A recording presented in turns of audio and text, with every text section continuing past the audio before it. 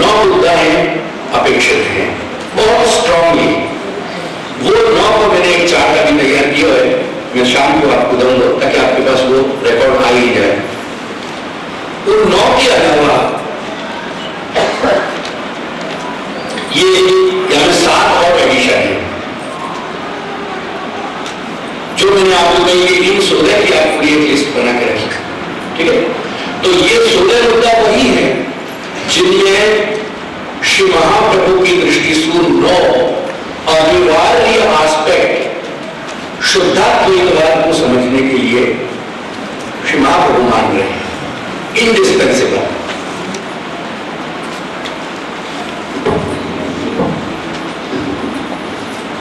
चलिए, तो अपना सर्वधर्मों को हिस्सा पूरा हो गया।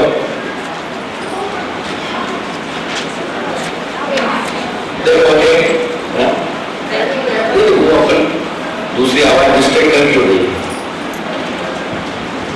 आवाज कोलाहल करने वाले वो अपन मैनेज नहीं कर सके, लेकिन अपनी तन्मयता को अपन बढ़ा सके।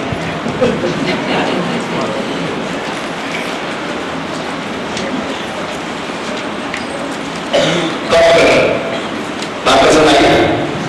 कोलाहल को हमने जो कोलाहल में हमारा बस नहीं है और दुनिया में ये कोलाहल बदलने ही वाला है, इसलिए हम अपना इलाज ये करें कि अपनी तन्मयता बढ़ाते रहें ताकि कोलाहल की हमें व्यावहारिक डेफनेस हमारी इतनी बढ़ जाए कि बाहर का कोलाहल बाहर टकरा करके लौटता है।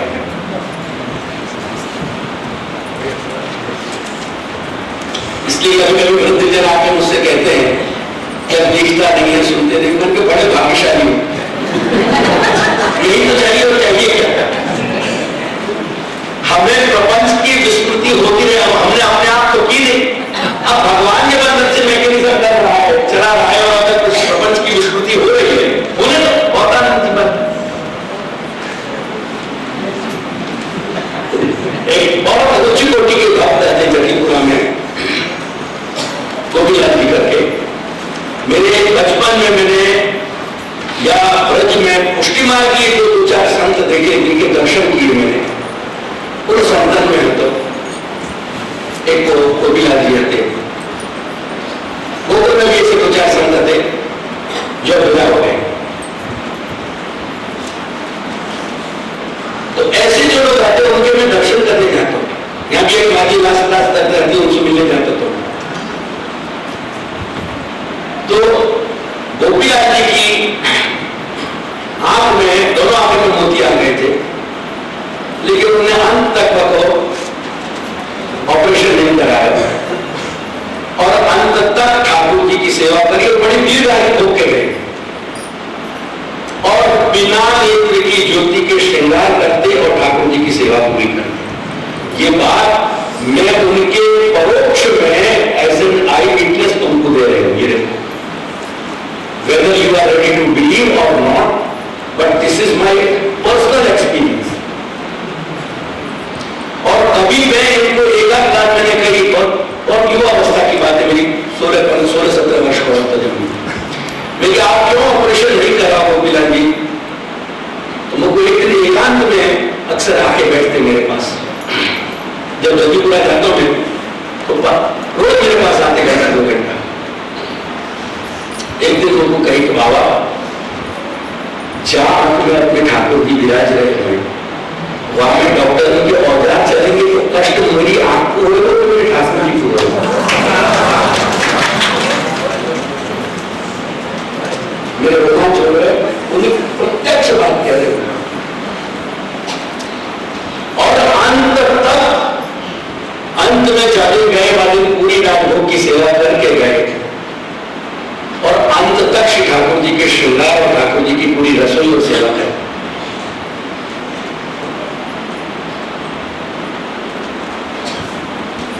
तो जिनको विरोध कराना चाहे ना भगवान, उनकी बाई उंगली है कि नहीं, ऐसा कोई फर्क नहीं पड़ता।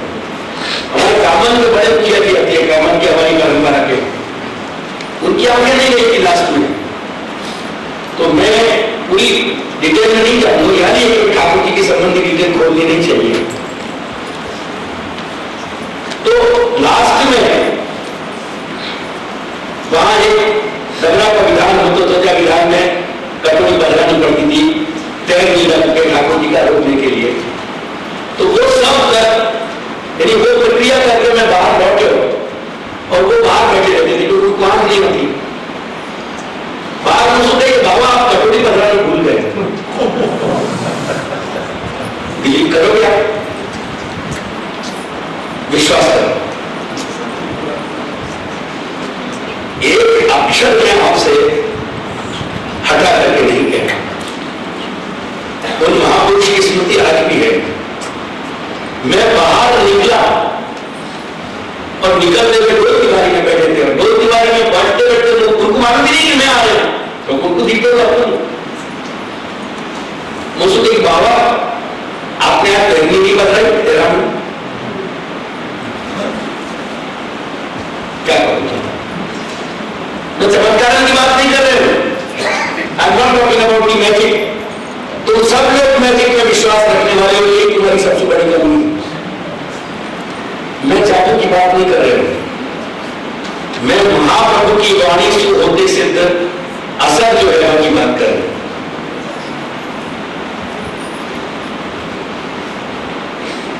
ऐसी जीवन की बहुत सारी घटनाएं अपनी मेरे जो 10-20 ऐसे लोगों के महापुरुषों के अनुभव है, तो ऐसे लोग में ये 2-4 लोग कहते पड़े जिनको मैं पुष्टि मार्ग के संत मानता हूं, चले गए। अब ये व्रत लगभग शुरू हो गए ऐसे संत।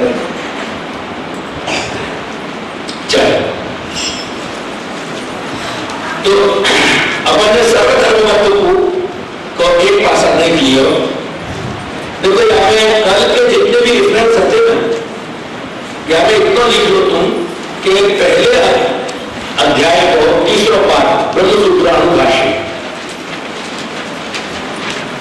ट्राई करियो कि कहीं तुमको प्राचीन प्रति मिल जाए या नया जो रिप्रिंट हुआ वो मिल जाए। अनुभाष्य अपने घर में बसे ही, क्योंकि अब धीरे धीरे कुछ ग्रंथें हमको रेफरेंस के लिए जरूरत पड़ते रहेंगे। पहले अध्याय के और तीसरा पाठ यानी तीसरा चरण, हर अध्याय में 4 चरण है, और तीसरे चरण में ये पूरी सीरीज में ये जाके जो है सूत्र है।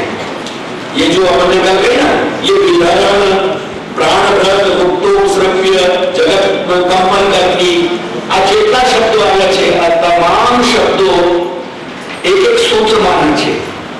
એટલે આ બધા સૂત્રો જ્યાં આપણે થોડું ગુજરાતીમાં દૃષ્ટિપાત કરી લઈશું ને તો મળી જશે। છેવટે ન મળે મારી પાસે 2 વોલ્યુમ કે 3 વોલ્યુમમાં 4 અધ્યાય છે। નેક્સ્ટ ટાઈમ જ્યારે પણ કંઈ એવું અવસર આવે બ્લોક બંધ ઝેરોક્સ કરાવી 5-25 અને વિતરણ કરીએ। જો રિપીટ નવું પડી જાય તો that is the best thing.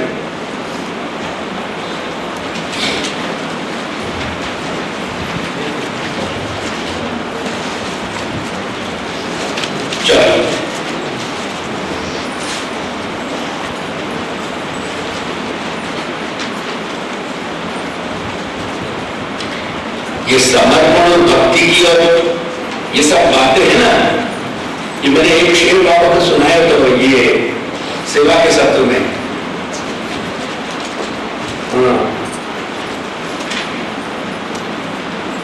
ये इष्ट नहीं आशा इतना ही समझ लीजिए, ये इष्ट नहीं आशा इतना ही समझ लीजिए, यज्ञ आग का दरिया है और डूब के जाना है।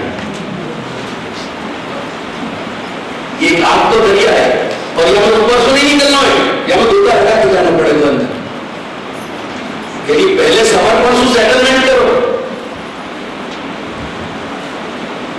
जाकू अपन 2-4 महीना पहले नहीं जानते थे, बस उस सगाइयों की शादी हो जाए ना, बाकी बात तुम्हारे अकॉर्डिंग टू गुजरात फरवा जवानी की ट्रेंड है कि फरवा जी ત્યારે अपन सहज कह देते हैं भाई तू तो दिल की मलिका है, रानी है, या 4-6 महीना में वो रानी बन गई और आदि सनातन सत्य सु चला आ रहे वो अनंत कोटि ब्रह्मांड को नायक तुम्हारे घर में आए वो राजा तक नहीं बैठ पाए उनसे क्या कहा वो 4-6 महीना में रानी बन गई कि भाई तू तो दिल की मलिका है। ठीक है भाई हम काम मना कर रहे हैं दिल की मलिका नहीं, तो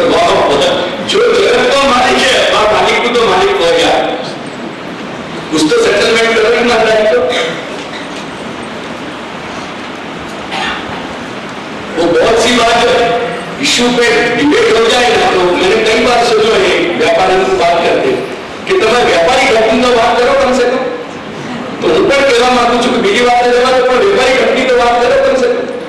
अब मालिक को स्वीकार या ईमानदारी से अपनो शेयर को समर्पण करो, पाछे ले जाइए कि हमारे बाद हमारी पत्नी को पत्नी के बाद पता नहीं x Y Z Thakur ji claim करने आने वाले नहीं है, रेस्ट ऐसे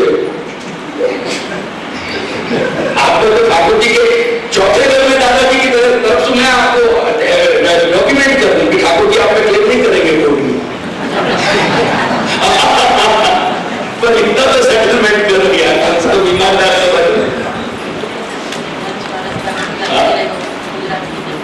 जाते मैंने गुजरात के मंदिर में तो सबको मूवमेंट शुरू किया कि ये आचार्य ग्रह है, इनको मंदिर इनको सुधारो।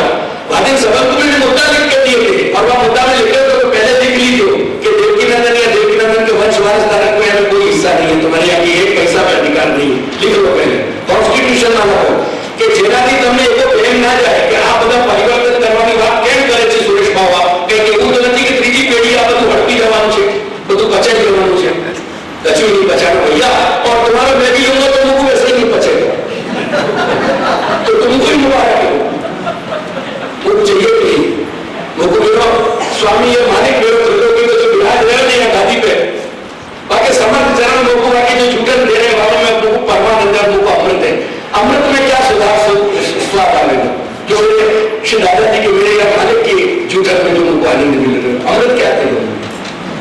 चलो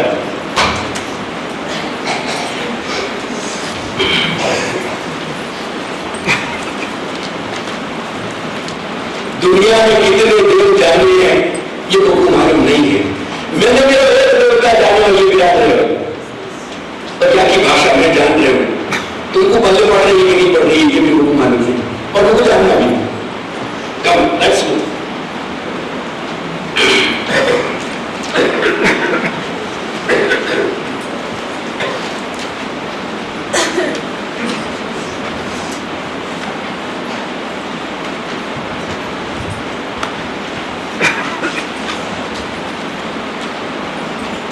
जब दिल में बोझ बढ़ जाए तो एक शेर है कि कभी मुझे दे रहे हैं तसल्लियां वो हर एक ताजा पैगाम से, कभी आपके मंजर आम पर कभी हट के मंजर आम से।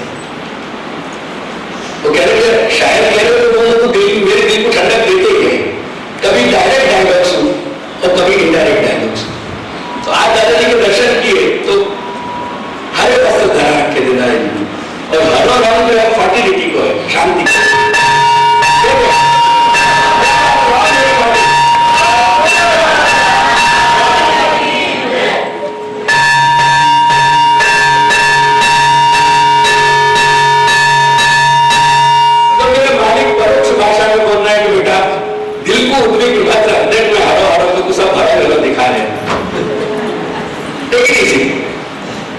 This is the fertility. So move on. Come. चलिए।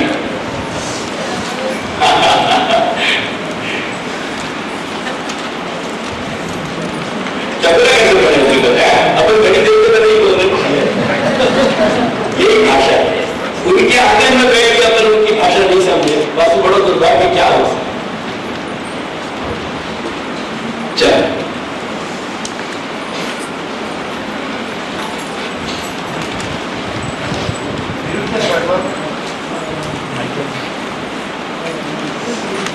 विरुद्ध सर्व धर्माश्रय ये सेट कर देना ना और ऐसी जगह रख के यहाँ के कागज की तार नहीं मिलेंगे, नहीं तो खबर खबर रहती नहीं। हाँ छुट्टी अपने साथ आने के जाए यार अंदर कर ले थोड़ा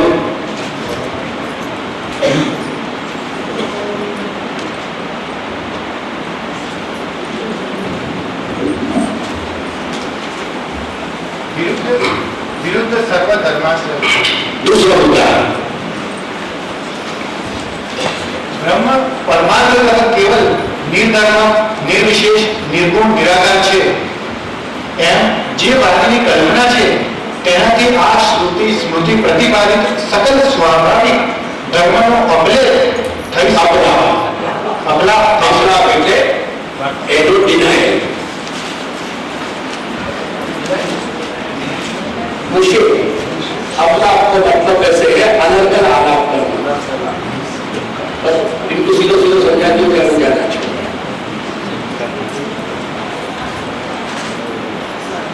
अपराध થઈ શકતો નથી, પરંતુ નિર્ધર્મ બ્રહ્મ અનિવાર્યનીય आप यानी हीन और आलाप करना, हीन बात जो मुद्दा है पासु हटके, बाकी सम्यक चर्चा न करनी है अपना मतलब गुजरात अपना परिभाषा में अपना अपन जैसे कल बोले कि जरा पक्की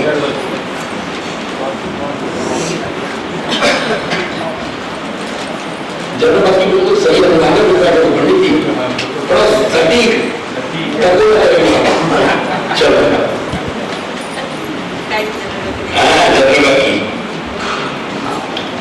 चल भैया चल। પરંતુ નિર્ધર્મ બ્રહ્મ અનિવાર્યનીય માયા વડે સર્વધર્મ ભાસમાન થાય છે, અર્થાત બ્રહ્મમાં સર્વજ્ઞત્વ, સર્વશક્તિમત્વ, કર્તૃત્વ આદિ પરમાનંદ નથી।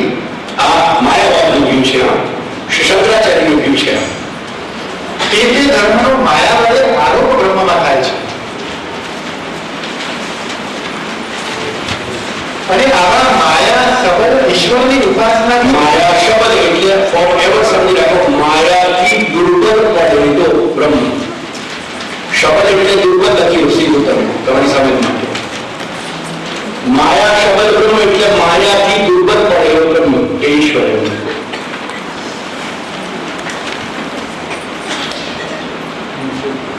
માયા ઈશ્વરની ઉપાસના કરતા કરતા અવિદ્યા નિવૃત્ત થઈ જતા પૂર્વ આરોપિત ધર્મનો અપવાદ થઈ જતા, આરોપિત અને અપવાદ બંને કાલે આપણે એનો અર્થ સમજી લીધું ને, અપવાદ થઈ જતા અંતમાં કેવલ નિર્વિશેષ નિર્ધર્મ જ્ઞેય જ બ્રહ્મ રહે છે।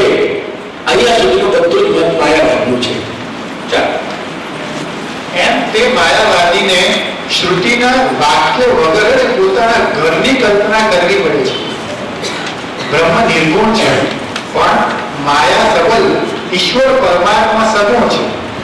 બ્રહ્મ પર છે, ઈશ્વર તો અપર છે। નિર્ગુણ એ બ્રહ્મ વિદ્યા પરાવિદ્યા છે અને સગુણ ઉપાસ્ય ઈશ્વર વિદ્યા તો અપરાવિદ્યા છે। આ બધું માયાવાદ ચાલી રહ્યું છે। એમ માયાનો આશ્રય કરી કેટલાય વાદી સર્વશ્રુતિની ભ્રમ પ્રચુર વ્યવસ્થા કરે છે। અપરા વિદ્યા એટલે lower kind of learning and પરા વિદ્યા એટલે હાઈએસ્ટ કાઇન્ડ ઓફ લર્નિંગ।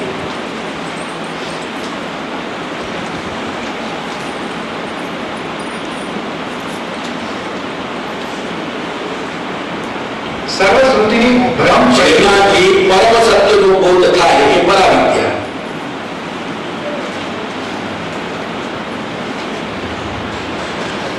ગીતામાં ભગવાન એક વાત બહુ સુંદર રીતે સમજાવે છે કે લોક સંગ્રહ મેવાપી સંપર્શન કર્તુમ अर्हसि। अर्जुन को कह रहे हैं कि यद्यपि कर्म को त्याग कर देना उत्तम बात है, लेकिन कर्म को त्याग हो नहीं सके, क्योंकि कर्म को त्याग कर दिया जाए तो अंशु कुछ भी त्याग नहीं हो तो वासुदेव कोई ढंग नहीं, भाषण नहीं। और फिर बाकी बहुत सारे रीजन है भगवान के, या ये भी कर्म करना चाहिए या ये भी कर्म करना चाहिए। हमें एक रीजन ये भी करना भगवान कि लोक संग्रह में वापी संपर्शन कर तुम्हारा सी, अगर लोक यानी संपूर्ण लोक की जो व्यवस्था है वाकू इंटैक्ट रखने के लिए भी तो कर्म करते रहना चाहिए। हमें उदाहरण दे रहे हैं, जैसे मैं भी कर रही हूँ, मेरे लिए तो कोई कर्म लागू नहीं पड़ रहा है, पर अगर मैं ही कर्म करना छोड़ दूंगा तो फिर दुनिया कैसे करेगी अनुकरण, दुनिया भी छोड़ देगी। तो लोक संग्रहार्थ જે કંઈ પણ વ્યવહારિક બોધ આપણને શાસ્ત્રમાં અપાયો છે એ બોધ અપરા વિદ્યા કહેવાય। આપણું નામ અપરા વિદ્યા, ઠીક है।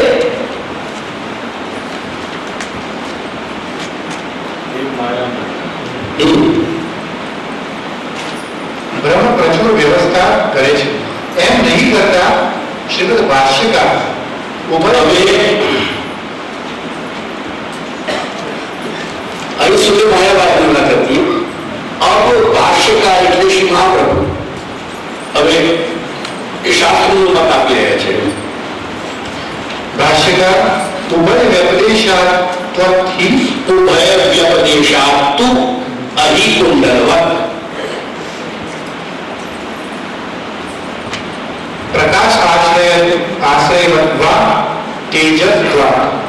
તેજસ્વા આદિ સૂત્રનું સમવલંબન કરીને વિરુદ્ધ સર્વ ધર્માશ્રયયુક્ત ધર્મનો અંગીકાર કરે છે. સર્વ વિરુદ્ધ ધર્મ વિરુદ્ધ ગુણ પણ બ્રહ્મનો આશ્રય કરીને સહજ રહી શકે એમ સ્વીકાર કરે છે.